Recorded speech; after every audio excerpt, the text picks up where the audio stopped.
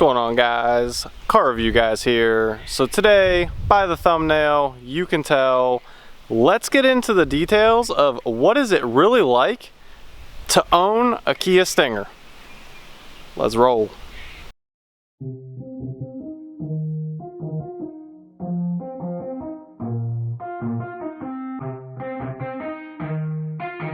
Yeah, let's go. I'ma make a couple stacks, do exactly what I want to. Mix a couple tracks, get a lady that I'm drawn to. Turn up to the max, get me faded till I'm gone, dude. I do what I want, couldn't stop me if you wanted to. I just work hard, yeah, harder than the rest. Some people say I'm lucky, others saying that I'm blessed. But I keep my head down, cause I crave progress. You ain't never gonna stop me, cause it's my conquest. And I'm never gonna rest, yeah. And y'all don't know that I'm a soldier. I always felt like I'm alone, yeah. When everybody thinks they know, yeah. And y'all don't even know I own, yeah. And now I'm ready taking over, cause every day I'm getting closer. Just look at everything I'll show ya. And now I'm ready, I'ma blow up. So, this car in particular behind me is a 2018 Kia Stinger GT2 all-wheel drive. This car does 0 to 60 in around 4.4 seconds. It is a V6 twin turbo, and it's putting out about 365 horsepower.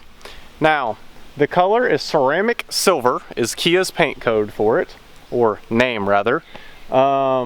This car and this color gets so much attention, you honestly would not believe how much it gets, especially because it's a Kia. It's pretty wild, to be honest with you, how much it gets and how many compliments the color gets, I mean, and the car itself as well. The only thing on this car that's different and not stock is it does have the black wheels, still the stock wheels, but they're black. And then it's lowered with Einbach springs. I may have butchered that name, I'm sorry, whatever. Let me know if I said it wrong. Anyway, so it does sit just a little bit lower than the standard Stinger, as you can see here. Hopefully you can get a good view kind of how it sits. Sits pretty much just as low as my Corvette, which is pretty wild, which is a 2014 Stingray. If you don't know, there's other videos with it as well. And it sits, I guess, pretty close to my 1LE as well, my 15 Camaro, pretty much the same height as far as the front lip goes, which is pretty insane to think about. But I mean, this car is just so practical. I mean, just having all four doors plus the back. The only thing that I will say is kind of a pain in the butt is the room back here. So obviously you can see, you just press a button, it opens up, and there's a lot of space. It's not that there's not a lot of space, but from the left side over to the right side, a golf bag with a driver does not fit. So you have to take the driver out, set the golf bag in there, and then lay your club basically diagonal, or the driver diagonal rather, in order for it to fit. So that can be kind of annoying. I really thought it would fit really easily. It does not. The max you can really fit in here is 2 golf bags. So yeah, don't try to fit 3, because if you do, well, good luck. So some of the other things people may not know about this car is some of the aerodynamics. Now, one of the big complaints is actually the hood vent here, because obviously it doesn't actually do anything. But down here, rather, this you can actually see through, and this is functional. I don't know if I can get it on camera for you guys. Hopefully, yeah, there you can see it pretty well. So that's functional. And then right here in the front, this actually goes through as well, which obviously helps cooling of the brakes, which is really good on a 4-door sedan.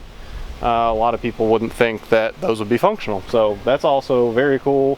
And I have not personally tracked this car. I have put it through its paces a little bit, and I've never had one issue with the brakes whatsoever. They are phenomenal, which Brembo, they're keeping their name, doing an outstanding job. All right, so moving on into the practicality of the interior of the car. I've already touched on the trunk, so let's go ahead and go on the inside. So starting in the back seat, all the materials are really nice. This is soft touch right here, and then you obviously have genuine Napa leather. It's red, and then you have the nice finishes on the I don't know if it's actually aluminum or I don't know what it is, to be honest. It could be, I don't know, but they're Harman Kardon speakers any which way, which the speaker system is really good in this car. I have zero complaints as far as that goes. But let's go ahead and jump on in. Let's just see how much leg room there is. All right, so you can see here's the leg room. This is in my seating position. I am 5'9". This is where the seat sits, and that's how much the leg room I have. Over here, there's a little bit less leg room because the seat is further back. So, as far as the headroom goes, there's not a ton. I'm 5'9". My moves that much, I mean hardly any. And I don't even know if I can get this to show on camera, to be honest with you, with the lighting. I don't think I'm gonna get it to. Anyway, up in this region right here, it actually is indented from there back. You can kind of see it just barely, not great on camera just because of the lighting, sorry. So there's not a lot of headroom, not made for super tall people. Same thing with leg room, not a ton of room, but I mean, if you're at 6 foot or under, easily 4 people fit in this car, no issue. Which is great because most of my friends are 6 feet and under, never been an issue, easily fit 4 people comfortably in the Stinger, which is very practical to me. I really like it. All right, so moving up into the front seat, same thing on this door, no different, soft touch. And then, you know, genuine Napa red leather. You got your memory seating there, which if you guys want to see a review on these, I've done it at the dealership before I ever even bought one, which was thanks to Martin Kia, which is also where we bought this vehicle. But anyway, you can watch that if you really want to see a full review. I'm doing ownership and the practicability right now.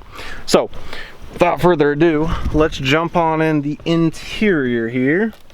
Go ahead and shut the door. So, inside, let's see, we'll go ahead and start it up.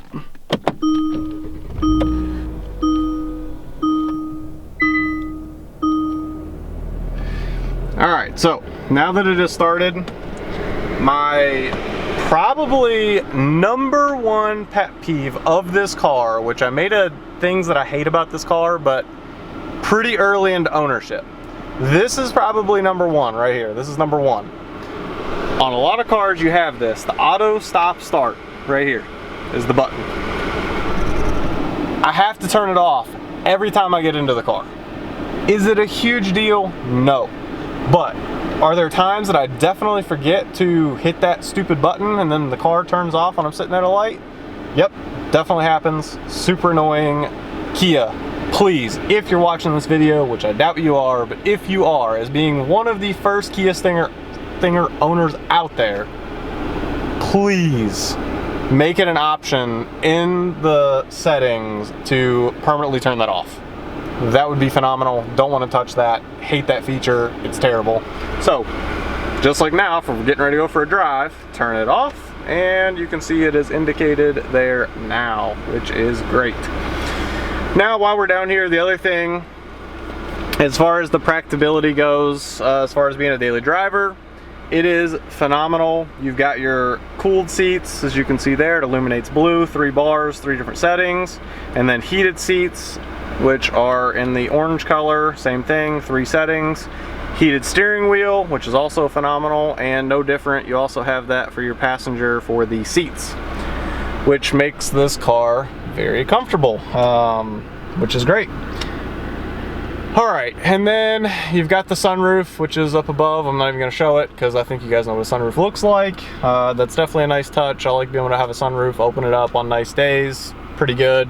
The fiance uses it way more than I do. I rarely do because I'm all about driving the car.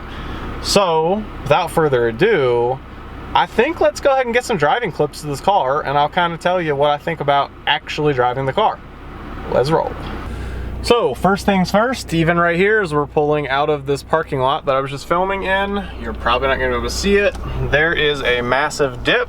So, with it being a little bit lowered, you gotta take it at an angle. Otherwise, RIP front bumper. So, practicability wise, a little bit annoying, but totally worth it for how good it looks. But some people may totally disagree with that, so whatever. To each their own. When you buy one, you do your own thing, and yeah, I'm just letting you know, when it's lowered like a Corvette, same thing, you got to watch out for the bumps. End of story. But now, moving on from that, I mean, the great thing about it, you flip it on over into sports mode, and freaking just haul. Oh, and we got a stop sign.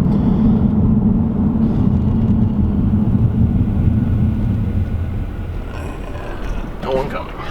Cool. Let's ride.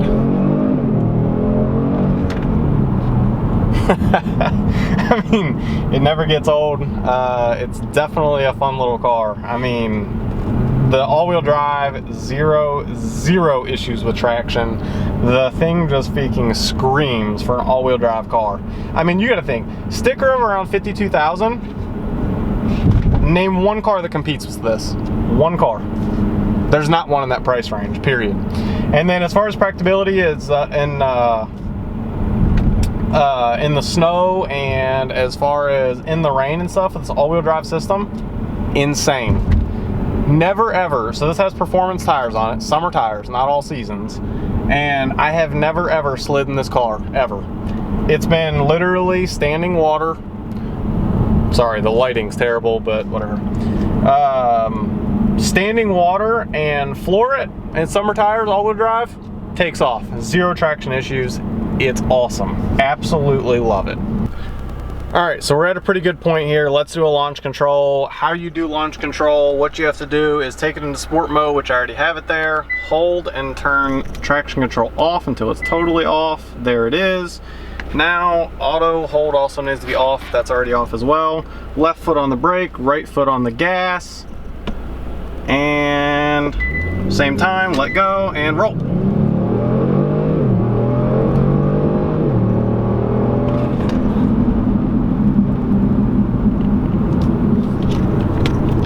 That is how you do launch control. So now you know. So here we are at a stop sign. It's blurry, let's get it in focus. All right, so here we are at a stop sign. We're about to just floor it right around this turn. So here we go.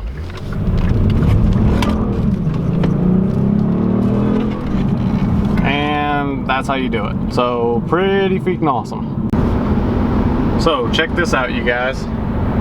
We have another stinger in the mirror, which we just passed a second ago. You'll see it on the GoPro footage, but yeah, that is pretty rare, to be honest with you. Let's see, can I get it zoomed in? And yes, I can.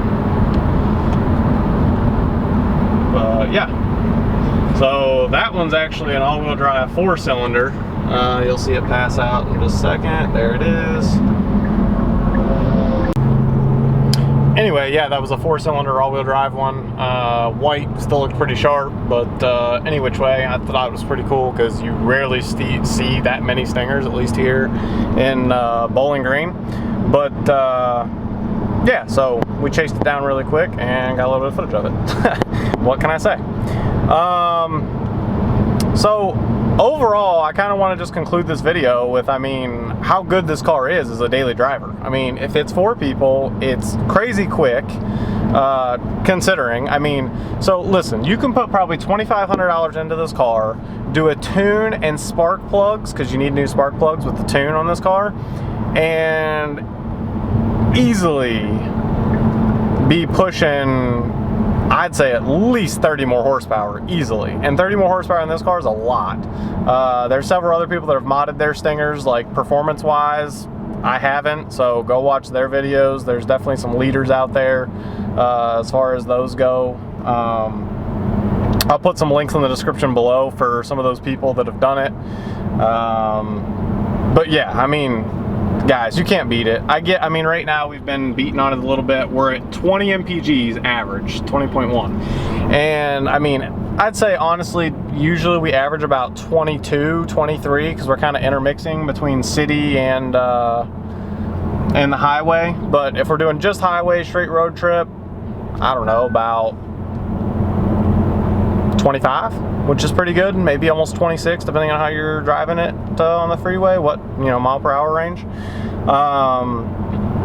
But I mean, you know, it's got the hands-on, you know, to where you don't even have to drive. Like, it'll literally just drive for you. Like, my hands don't need to be on the wheel. It'll do it all. I mean, it does its thing. I don't have to touch it, which is great. Daily driver. I mean, you know, not having to worry about things like, oh, I need to get my cell phone out of my pocket. Well, guess what? You're good for the, you know, 3 seconds it takes you to get your you know, cell phone without trying to, you know, drive with your knee or whatever you're trying to do. So, and then there's going to be people in the comments who are like, oh, you shouldn't be doing anything but driving. People text and drive every single day. I'm here to tell you, I see it every day. At least with this technology, at least it's safer for them to text and drive than them just being in some normal car that, you know, they're like, oh, I can do it all. Well, whatever. And then back to the gas. I'm sorry, I jumped off topic. Back to the gas. It does take 93 octane, which is what I've always put in it. It's all we've ever put in it. Lower octane doesn't get as good as gas mileage, not as good performance. So I've heard. I've never tried it. That's forums I've read. So 93 only, which whatever, a little bit higher, but not terrible. But yeah, I mean, overall, daily driver, guys, great car. The warranty, you can't beat it. 100,000 miles powertrain, or 10 years. I mean, who does that? Who else does that? And I'm not like a huge Kia fan. I'm just saying that's pretty insane. And I know that Kia honors it. I used to work at Enterprise Rental Car, and not the Stingers, but some of their cheaper cars like the Rios. There's people in there, you know, several times. Guess what? Boom. Always got the car fixed, never had to pay anything. Pretty sweet. Kia dealerships too, most of them now are like super nice. Like all the amenities on the inside and stuff, like lattes and everything else, pretty insane. But as far as parts go, really inexpensive. I mean, right now it's all under warranty, which is great, but even still, whenever you go to buy parts, not going to be really expensive because it's still a Kia, but no one guesses that. Obviously, I mean, just looking at even the interior of this car, I mean, it is absolutely gorgeous. So yeah, I mean, overall, great daily driver. So I think just like that, we're pretty much going to end today's video. I hope you guys enjoyed it and maybe learned a few things about the car that you did or didn't know. So yeah, I'm almost to 1,000 subscribers. We're getting really close. Please help me get there. I appreciate every one of my subscribers. I hope you smash that subscribe button, hit the like button to help this video out. And just like that, this video is over. Have a great rest of your day. See you guys.